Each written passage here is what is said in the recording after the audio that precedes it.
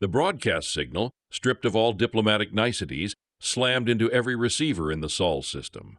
On the main view screen of the freighter Stalwart, the alien admiral's face materialized. It was a vision of predatory arrogance, all sharp angles and condescending hauteur. His species, the Vithar, were tall and thin, their bodies encased in ornate gunmetal gray armor that seemed to be an extension of their rigid posture. The admiral's head was bare, his skin the color of polished obsidian, and his 4 eyes, too large, too small, set one above the other, blinked slowly, as if the very act of seeing humanity was a tedious chore.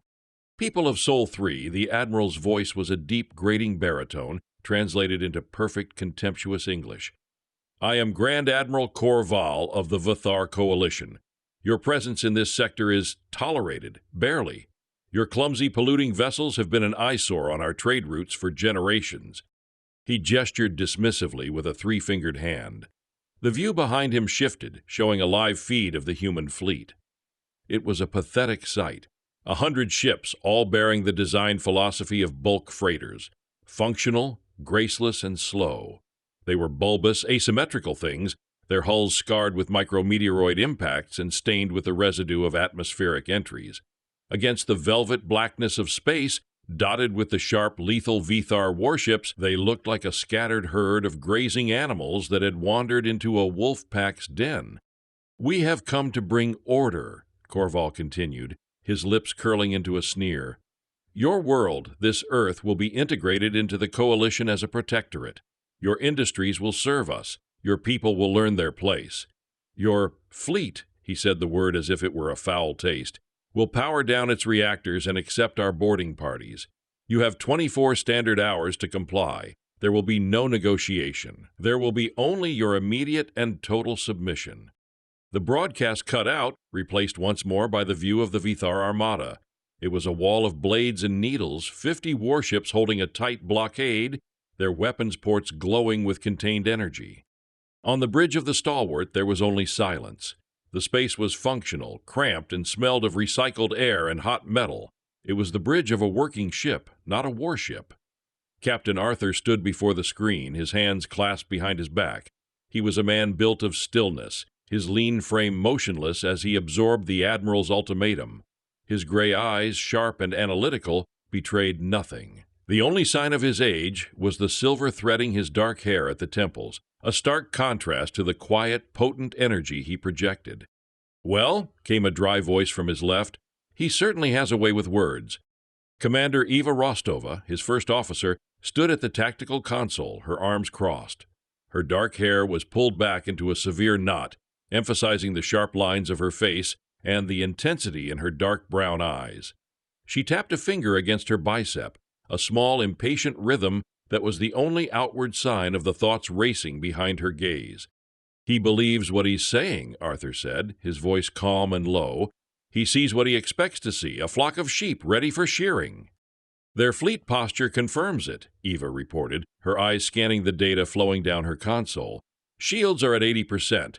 Weapon systems are charged but not at peak.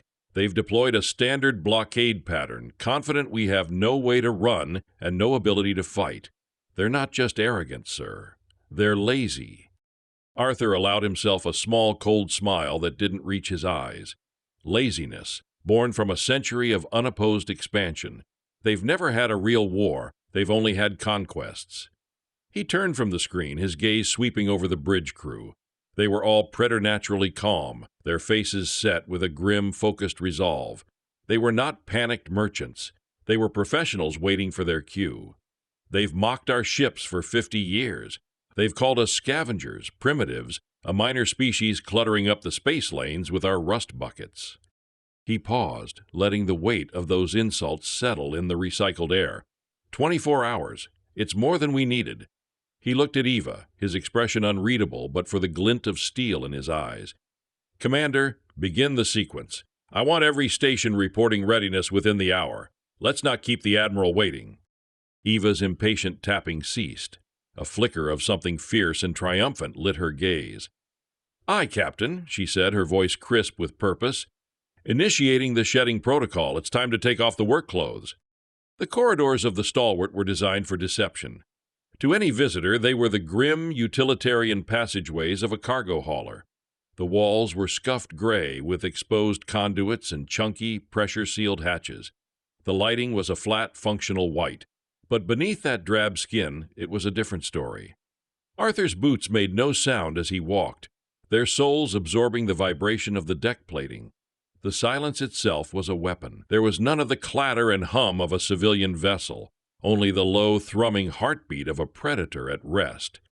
He passed a hatch labeled Bulk Storage 7. He placed his palm on a specific panel beside it. There was no scanner, no keypad. The panel read the unique biosignature of his hand, and the heavy hatch slid open with a whisper of hydraulics. Inside was not a cargo bay filled with grain or machine parts, but the Combat Information Center. It was a cavern of dark metal and holographic light. Tiers of consoles descended to a central command pit, every station manned by a uniformed officer whose face was illuminated by the glow of their screen. The air was cool and crisp, a stark contrast to the stuffy corridors. This was the ship's true nerve center, a space that had been hidden for the 20 years since the Stalwart had been built. Every ship in the fleet had a heart like this, concealed beneath layers of mundane artifice. Eva met him at the entrance, holding a datapad. "Sir, all sections are green. The Cascade is ready on your command. Fleet-wide readiness is at 99.8%. The Dauntless is reporting a minor coolant leak in their portside shell jettison system, but it's been contained. It won't affect performance." Good. Arthur descended the steps, his gaze sweeping across the focused activity. He saw decades of planning in the smooth, practiced motions of his crew. 3 generations of the Terran Navy had been born, trained, and had served their entire careers in this ghost fleet, hiding in plain sight. They were the children and grandchildren of the first crews, the ones who had started this grand, desperate deception after the last time an alien power had come to civilize them. Humanity had learned its lesson. To be safe, you had to be unseen. To be free, you had to be underestimated. "The Vithar are holding their position," Eva continued, falling into step beside him. "No change in energy signatures. They've launched a few reconnaissance drones, but they're skirting the outer edge of our formation. Their sensors will see exactly what we want them to see: low-grade power emissions, primitive life support, navigation computers that probably still use vacuum tubes." "Let them look," Arthur murmured, stopping at the main holotank in the pit. A 3-dimensional representation of the Sol system shimmered in the air. The Vithar warships were angry red icons. The human freighters were placid blue. Every piece of data they gather now will make the next few minutes that much more disorienting for them. He looked at Eva. "What's your latest analysis on their command structure?" "Hierarchical and rigid," she answered without hesitation, calling up a diagram on her datapad. "Grand Admiral Korval is in absolute command. His orders are relayed down a strict chain. There's no evidence of subordinate autonomy. The individual ship captains are extensions of his will, not independent commanders. They fight by the book. A very old, very predictable book." "And their tactics? Frontal assaults. Overwhelming firepower. They use wedge formations to punch through enemy lines and then envelop the fragments. It's worked for them because no one has ever been able to stand up to their initial barrage. They've never fought a fleet that wasn't trying to run away," Arthur finished for her. He looked back at the holotank, at the arrogant red icons boxing in the passive blue ones. He was thinking of history, of ancient naval battles on Earth's oceans, of admirals who had used feints, who had broken formation intentionally, who had used the weather and the terrain and the enemy's own arrogance as weapons. The Thar fought in 2 dimensions, thinking only of forward and back, left and right.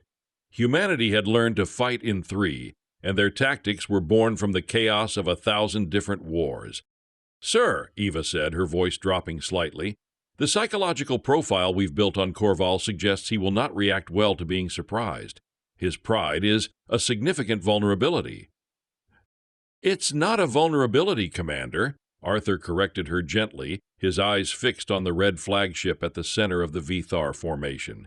"It's our primary target." He tapped a control on the edge of the tank. The clock in the corner of the display showed the ultimatum had 10 minutes remaining. "Tell the fleet to stand by. The quiet part is over. The final seconds of the Vathar ultimatum bled away in suffocating silence. On the bridge of the Vigilance, no longer the stalwart in the minds of its crew, Arthur watched the main view screen.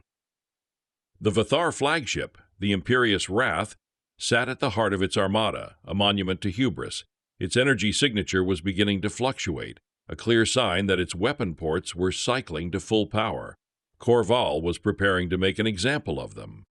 1 minute to deadline, Eva announced, her voice a whip crack in the tense air of the CIC.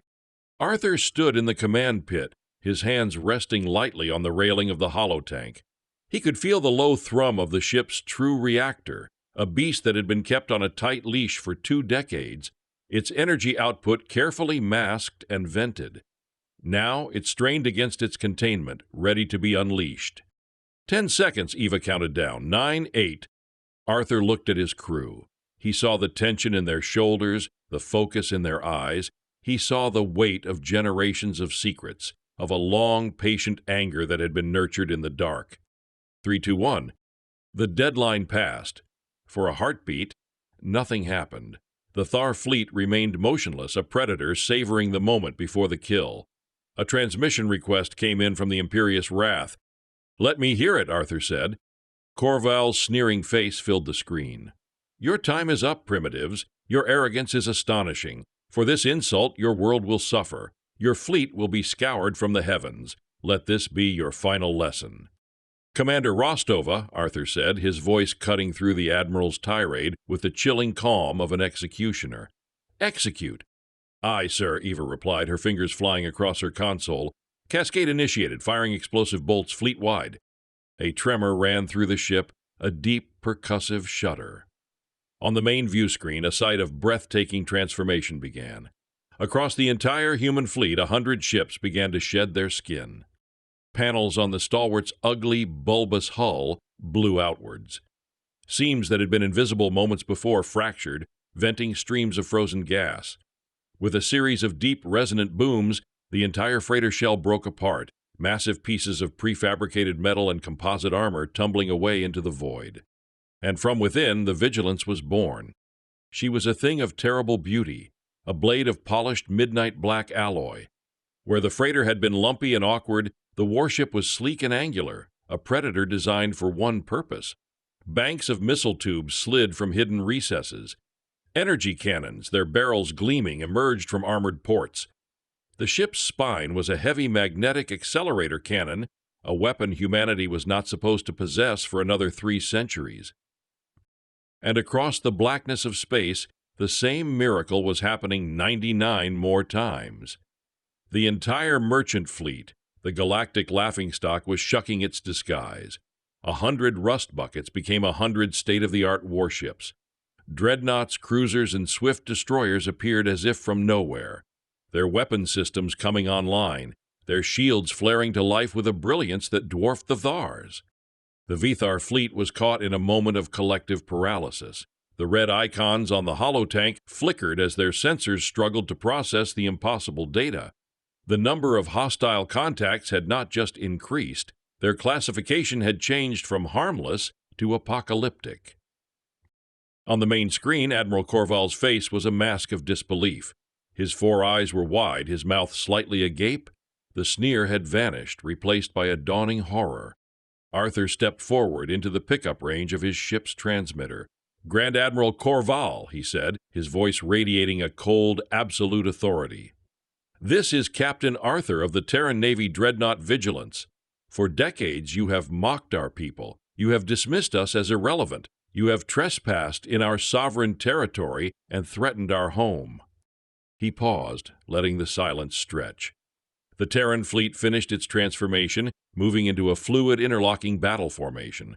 They now outnumbered the Vithar 2 to 1. "You have made a grave error," Arthur continued, his voice dropping to a deadly whisper. "You mistake patience for weakness. You see, we knew you were coming. We have been waiting for someone like you for a very long time. Your ultimatum is rejected. Here are our terms. Power down your weapons, disable your engines, and surrender your fleet. You have 60 seconds to comply." The transmission ended. Arthur watched the Vithar Admiral's stunned face for a moment longer before the screen went blank. Eva looked up from her console, a slow, dangerous smile spreading across her face. "Sir, I'm detecting fleet-wide panic on their command channels. The Admiral is screaming." "Let him scream," Arthur said softly, his eyes on the enemy. "It will be the last sound of the old galaxy." The Thar's response was not surrender. It was rage. A raw primal fury born from the complete shattering of their superiority. Korval, his mind unable to process the humiliation, reverted to the only tactic he understood: brute force. "Incoming fire," Eva's voice was sharp, cutting through the low hum of the CIC. "The Admiral's flagship is firing its primary cannon." On the view screen, a lance of incandescent blue-white energy erupted from the bow of the Imperious Wrath. It was a weapon designed to gut planets, to crack open fleet formations like a nut. It crossed the distance between the two fleets in a heartbeat, aimed squarely at the Vigilance. "Evasive maneuver Delta 7, Arthur ordered, his voice unwavering. "All ships engage." The Terran fleet did not scatter. It danced. The Vigilance didn't simply move aside. It dropped on the Z-axis, plunging downward relative to the galactic plane, while simultaneously rolling on its axis. The planet-killer beam passed harmlessly through the space the dreadnought had occupied a second before. At the same time, the rest of the fleet broke formation in a way that defied Vithar comprehension. They didn't flee or charge. They dispersed into decentralized battle groups of 3, a cruiser and 2 destroyers. Each group became a thorn, a problem the Thar's rigid command structure was unequipped to solve. "Target their lead cruisers," Arthur commanded. "Coordinated fire, Nelson's Gambit." The reference was to a naval battle fought with wooden ships and cannonballs 500 years ago. The Vithar wouldn't have a database for it. The Vigilance's magnetic accelerator cannon fired. It was not an energy weapon, but a solid slug of hyperdense metal propelled at a significant fraction of light speed. There was no bright flash, just a flicker of gravitational distortion as the round left the barrel. Seconds later, a Vathar battlecruiser on the flank of their formation simply ceased to exist. The kinetic impact was so immense that the ship's shields, designed to stop energy blasts, barely registered the projectile before the vessel was torn apart in a silent blossoming flower of fire and debris. The other Terran battle groups followed suit. They ignored the Vithar capital ships, the biggest threats, and focused instead on the mid-range cruisers that formed the connective tissue of the enemy fleet. They used a tactic called crossing the T, a concept alien to the Vithar's linear thinking. Terran ships would dart above or below the enemy line, concentrating the full firepower of their broadsides on the vulnerable dorsal or ventral hulls of single enemy ships. The Vithar returned fire, but their shots went wide. Their targeting computers, programmed to predict the movements of slow, predictable freighters, couldn't lock on to the fluid, three-dimensional ballet of the Terran fleet.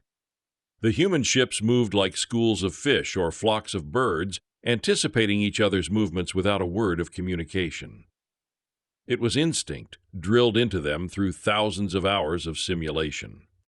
"Sir, Battle Group Gamma reports target destroyed," Eva announced, her voice tight with controlled excitement. "Battle Group Epsilon reports heavy damage on their target. They're venting plasma." The Vithar formation was beginning to crumble. Their rigid lines of battle were being pierced and broken. The smaller, faster Terran destroyers, meanwhile, executed another ancient maneuver, the torpedo run. They accelerated to incredible speeds, weaving through the Vithar's clumsy return fire, and unleashed swarms of plasma torpedoes at point-blank range. The warheads weren't designed to breach shields. They were designed to detonate just outside the shield bubble, bathing the enemy ships in superheated plasma that caused the shields themselves to overload.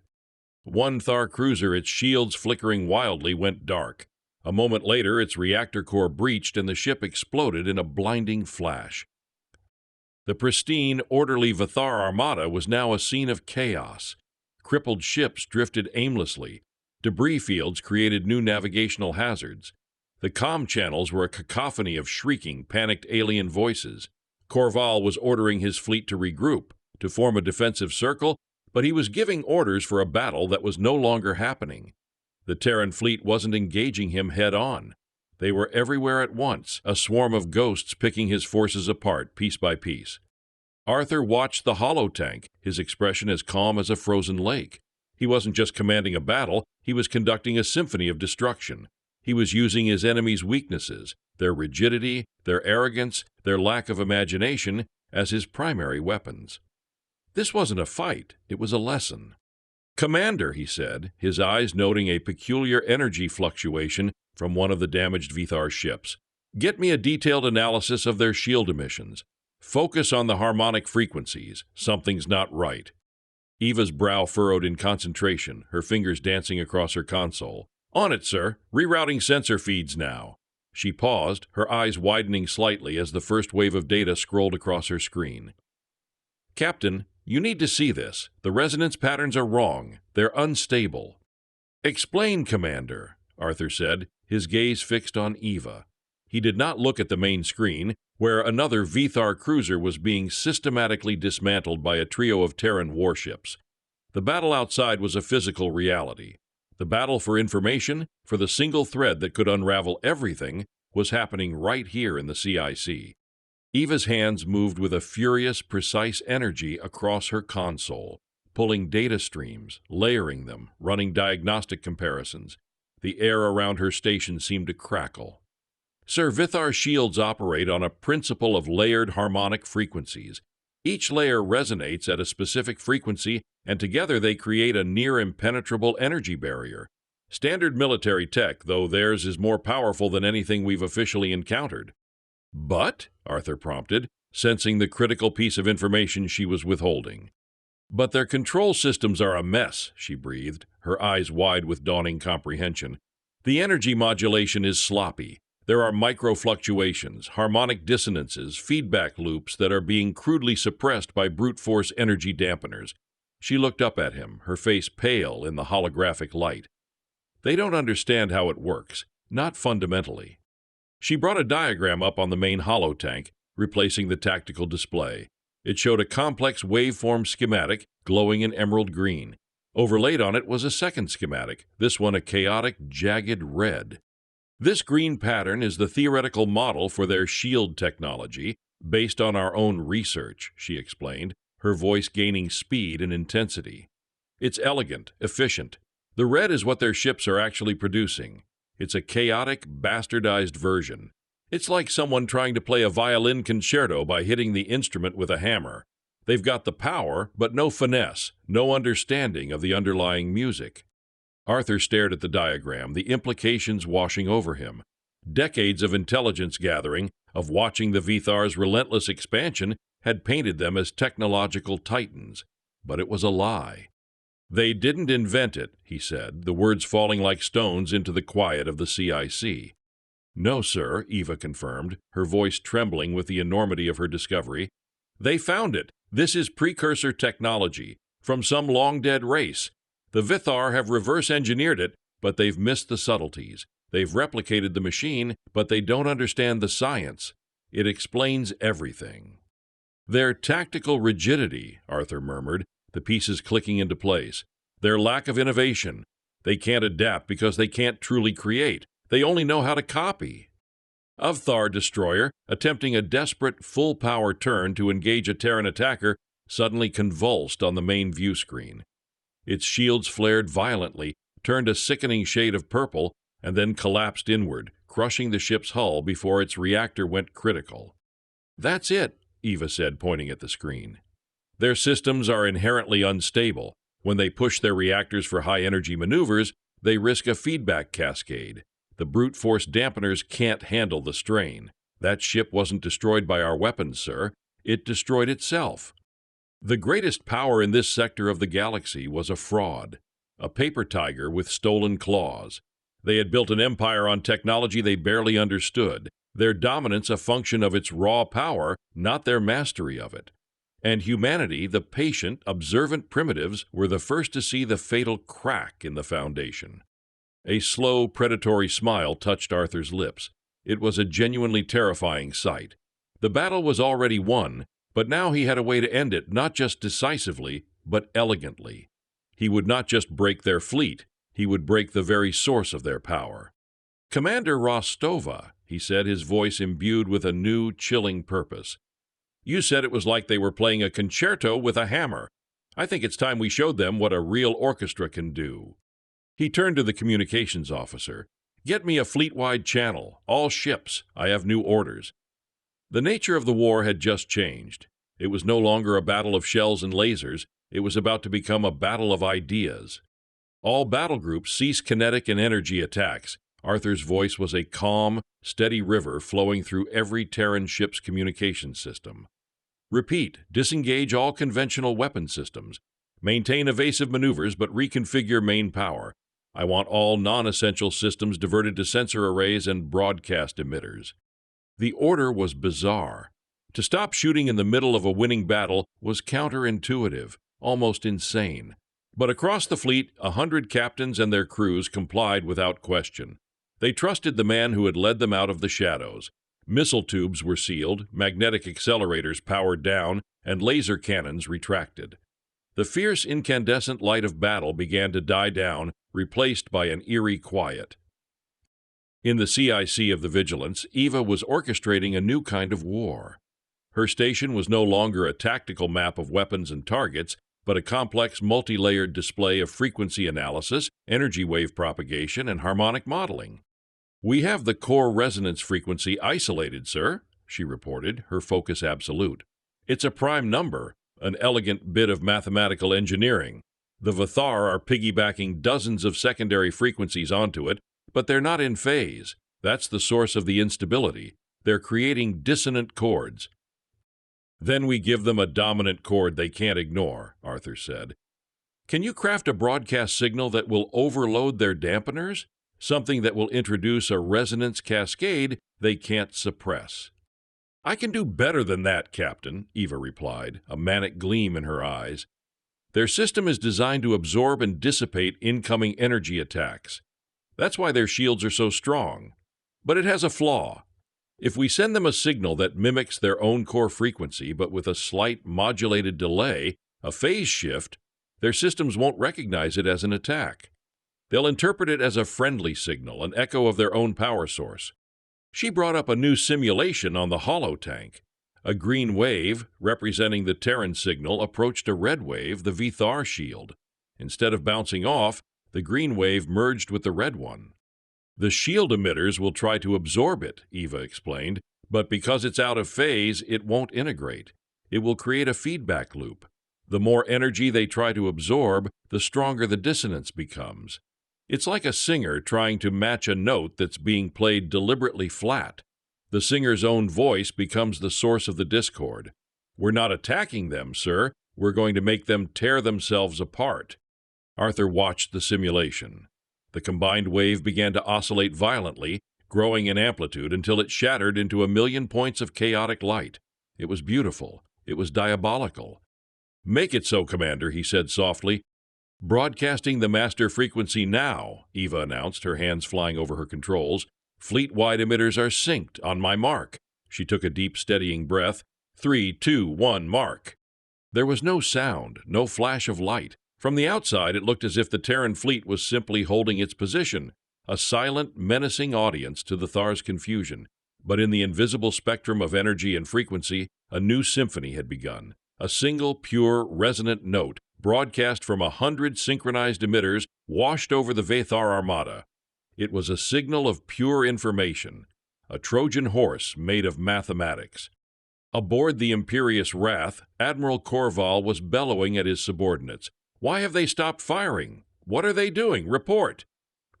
His sensor officer stared at his console, his 4 eyes wide with confusion. Admiral, I don't know. Their weapons are powered down, but our shield energy levels are climbing, rapidly.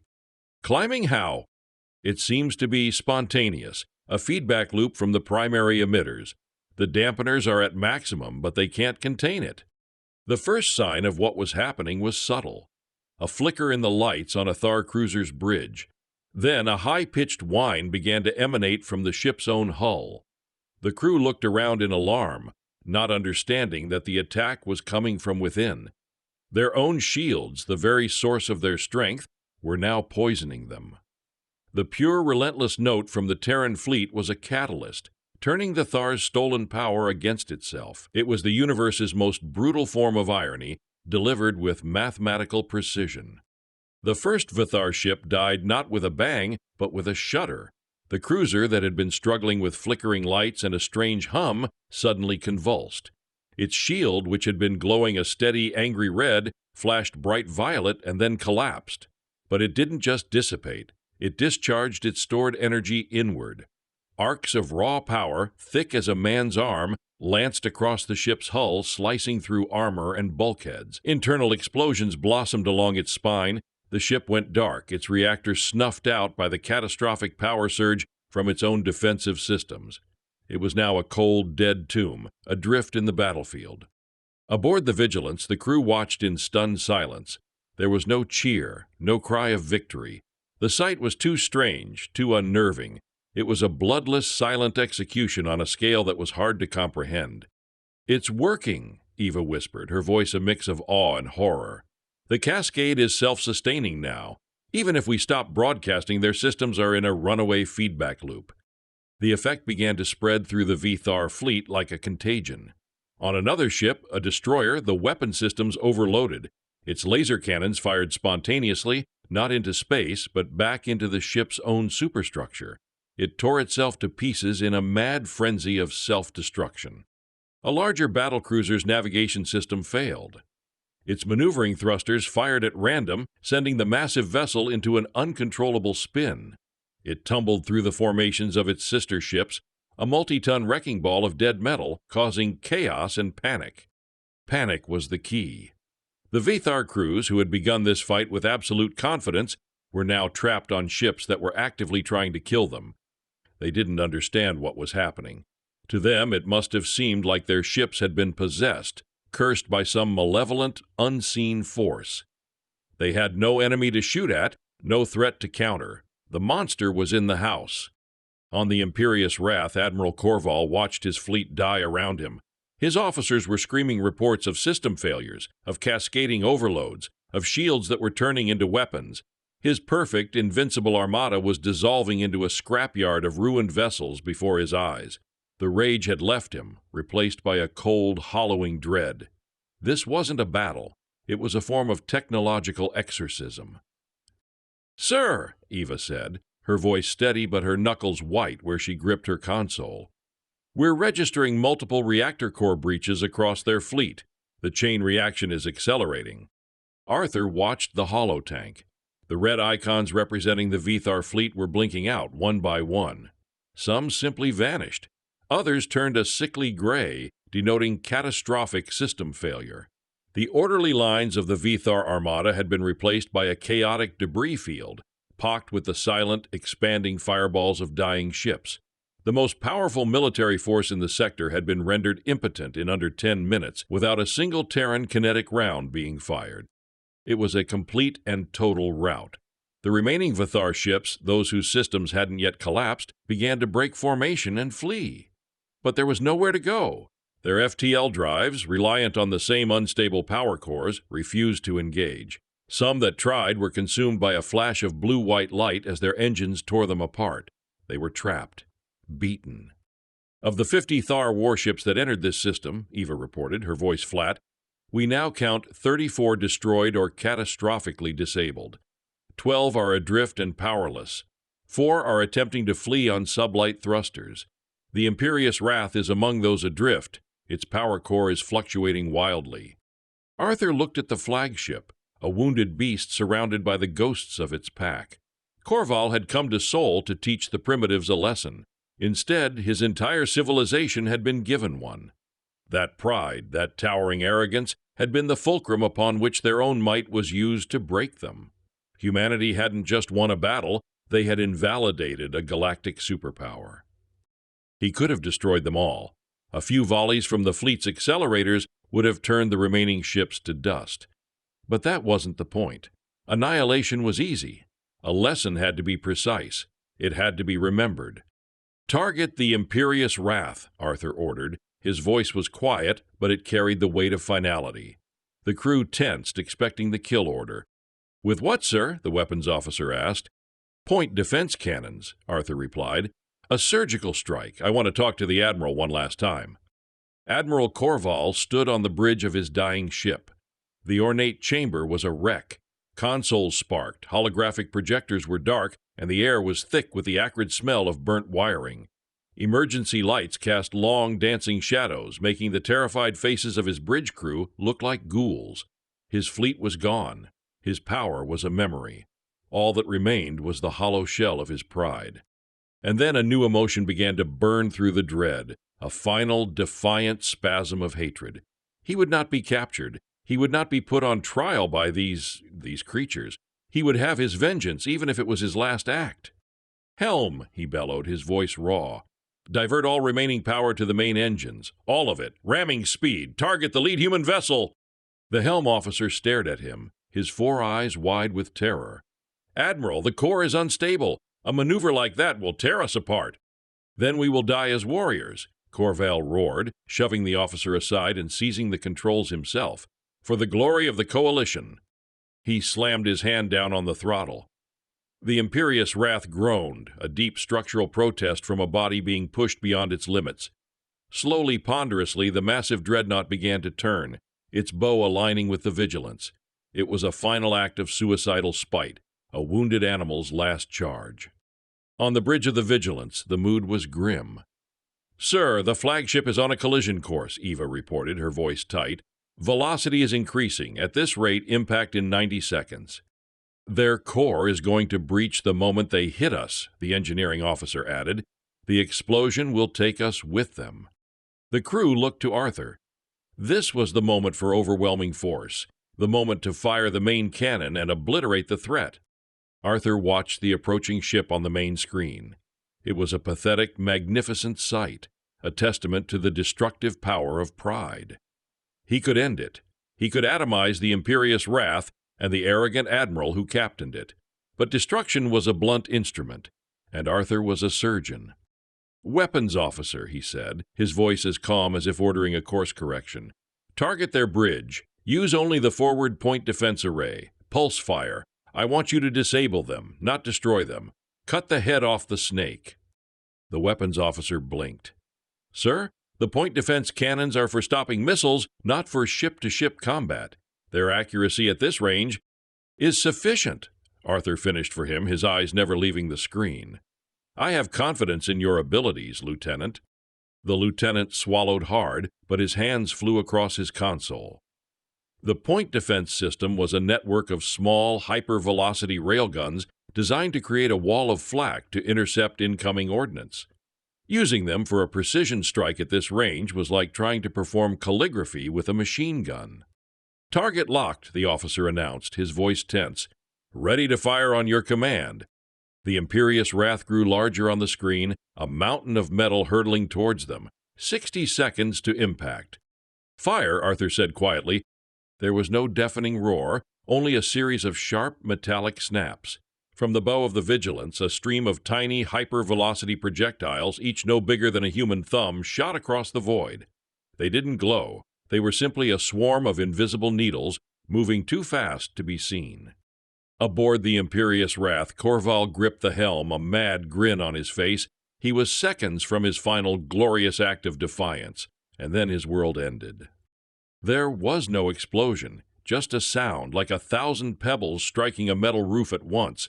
The armored viewport of his bridge, a meter of transparent material designed to withstand a direct nuclear blast, crazed over with 1,000,000 tiny fractures. Before he could even process what was happening, the projectiles struck. They didn't punch through the hull in a single hole. They perforated it. The bridge of the Thar flagship was shredded. The projectiles passed through the walls, the consoles, and the crew as if they were made of mist. Metal and flesh were turned into a fine, expanding cloud of vapor. The last thing Admiral Korval ever knew was a brief flicker of surprise as his own ship's life support systems vented him and his final hateful thoughts into the cold vacuum of space. On the view screen, the effect was surgical. The bridge section of the imperious wrath simply vanished. It was cored out, leaving a gaping, perfectly circular hole. The rest of the ship was untouched. Its engines, now without a hand to guide them, sputtered and died. The great warship drifted to a halt, its final charge ending in a display of masterful, contemptuous precision. The CIC of the Vigilance was silent. The crew stared, awestruck. They hadn't just dodged a bullet. They had watched their captain perform an act of impossible marksmanship, a display of force so controlled and so precise it was more insulting than any explosion could ever be. Arthur allowed the silence to hold for a moment longer. Then he turned to his communications officer. "Open a channel to the Vithar flagship. I imagine someone else is in command now." The communication request to the Imperious Wrath was answered almost immediately. The face that appeared on the main screen was not an arrogant admiral, but a junior engineering officer, his face a mask of pale shock and terror. He was standing in a secondary control room deep within the ship, the only place left with functioning comms. Behind him, other Thar crew members huddled together, their eyes wide with the trauma of their defeat. This is the Vithar vessel Imperious Wrath," the officer stammered, his voice trembling. "Grand Admiral Corval is gone, the bridge is gone." "I am Captain Arthur of the Terran warship Vigilance," Arthur replied, his tone formal and devoid of triumph. "Who is the ranking officer now?" The Vithar officer looked around helplessly. I believe that would be me, Subcommander Jathane, Engineering." He swallowed hard, the gesture looking awkward on his alien features. "We are disabled. Our weapons are offline. Our fleet is gone." "That is correct, Subcommander," Arthur said. "Your fleet has been neutralized. Your Admiral's final act of aggression has been addressed. I am here to accept your unconditional surrender." Jathane stared at him, a flicker of defiance mixing with his fear. "And if we refuse?" Arthur's expression did not change, but a cold weight entered his voice. "Then I will give the order to destroy the remainder of your ships. I have demonstrated both the capability and the precision to do so. This is your only opportunity to save the lives of your remaining crews. The choice is yours." The silence stretched for a long moment. Jathane looked at the faces of his fellow survivors. He saw no will to fight, only a profound, soul-deep shock. Their civilization had been dominant for so long, the concept of defeat was not something they had ever been forced to truly contemplate. Now it was an overwhelming reality.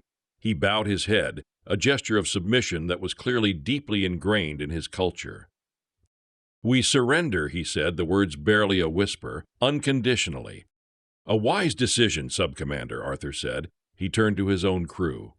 "Commander Rostova, issue the order. Cease all hostile postures. Begin rescue operations immediately. I want medical teams and emergency supplies dispatched to every disabled Vithar vessel. Prioritize ships with failing life support. Coordinate with Subcommander Jathane's crew to get an accurate count of survivors." Eva, for the first time since the battle began, looked genuinely surprised. "Sir, rescue operations?" "They are no longer combatants, Commander," Arthur said simply. "They are survivors. We have a duty to render aid. That is the law of the sea, and it is the law of space." He looked back at the screen, at the stunned face of Jathane. "Subcommander, prepare your crews to receive our medical teams. We will begin transferring your wounded to our ships for treatment." Jathane was speechless. He had expected annihilation. He had expected vengeful victors to board his ship and execute the survivors. He had expected to be taken as a slave. He was not prepared for this. He was not prepared for professionalism, for magnanimity. This calm, controlled display of compassion was, in its own way, more disorienting than the destruction of his fleet. It was the final, crushing blow to the Thar's perception of themselves as a superior race. These humans, these primitives they had come to conquer, were behaving with a code of honor that his own people had long since discarded as inefficient. We will cooperate," Jathane finally managed to say. "Thank you, Captain." "It is not a matter of thanks, Subcommander," Arthur said. "It is a matter of principle." He cut the connection. The CIC was quiet. The great battle was over. The holographic tank now showed the Terran fleet no longer as icons of war, but as points of light moving gracefully among the crippled Vithar ships, their work shifting from destruction to preservation. Arthur stood for a long moment, watching the scene unfold. He had not just defeated an enemy, he had demonstrated what it meant to be human, in all its terrifying and compassionate complexity. He had shown them the steel in one hand and offered the other in aid. It was a message that would echo through the galaxy far more profoundly than any explosion. 2 days later, Arthur stood in his ready room, a Spartan chamber just off the main bridge of the Vigilance. The only luxury was a large viewport that currently offered a stunning vista of Earth, a swirling marble of blue, white, and green. The Thar fleet, or what was left of it, was being interned in high orbit, its crews transferred to temporary holding facilities on Luna. The immediate crisis was over. The long, quiet war was won. The door chimed, and Eva entered, holding a datapad. The severe knot in her hair was slightly looser, and the dark circles under her eyes spoke of the last 48 hours of frantic, non-stop work. "The preliminary intelligence reports from the Thar databanks are in," she said, foregoing any preamble. "It's just as we suspected. Their entire technological base, from their FTL drives to their food synthesizers, is reverse-engineered precursor tech. And they've been lying about it for centuries, presenting it as their own genius. A lie that just fell apart in the most spectacular way possible," Arthur mused, his eyes on the planet below. "That's not the half of it," Eva continued, her voice sharp with excitement. "The Coalition isn't a willing alliance. It's an empire built on technological blackmail. The Vithar gave stripped-down, less efficient versions of their stolen tech to their subject races, just enough to keep them subservient, but not enough to make them a threat. They were masters of a galactic protection racket. And the masters just got taken down by the primitives from the backwater sector they ignored," Arthur said, a grim smile touching his lips. "What's the fallout?" Eva swiped a finger across her datapad, and a holographic projection shimmered into existence in the center of the room. It was a map of this arm of the galaxy. Dozens of systems, previously marked as Vithar territory, were now blinking, changing their allegiance status. "Chaos," Eva said with satisfaction. "The moment news of their defeat here reached the outer worlds, the Coalition started to fracture. 2 of their major client species, the Cathar and the Sele, have already declared their independence. They're hailing us, sir, both of them. They want to open diplomatic channels. They see us as liberators." She paused, her expression turning serious. "And they're not the only ones. We've received encrypted messages from a dozen other worlds, all within the Vathar's sphere of influence. They're asking for help. They're asking for an alliance." Arthur stared at the changing map. For 100 years, humanity had played the part of the harmless, slightly dim-witted neighbor. They had hidden their strength, nurtured their anger, and prepared for a single decisive confrontation. They had planned for a war of survival. They had not planned for what came after. They had intended to secure their own freedom. Instead, they had become the catalyst for a galactic revolution. The Vathar's collapse would leave a power vacuum, and every race in the sector was now looking at the quiet, unassuming species from the planet of blue oceans and green continents as the new center of gravity. "We came here to fight a war," Arthur said softly, more to himself than to Eva. "We may have just inherited a galaxy." "Someone had to," Eva replied, her gaze meeting his. The fierce light in her eyes was back, but it was different now. It wasn't just the thrill of victory, it was the daunting, exhilarating challenge of an entirely new future. The old way is over. The Thar's age of arrogant ignorance is done. Now something new begins. Arthur turned his gaze back to the viewport, to the tranquil beauty of Earth. The home they had fought so hard to protect. Their long deception was over. The Ghost Fleet had revealed itself, and in doing so, had changed everything. The mockery had fallen silent, replaced by the stunned, hopeful, and fearful whispers of a galaxy that had just woken up to a new and unpredictable dawn. The real work, he knew, was just beginning.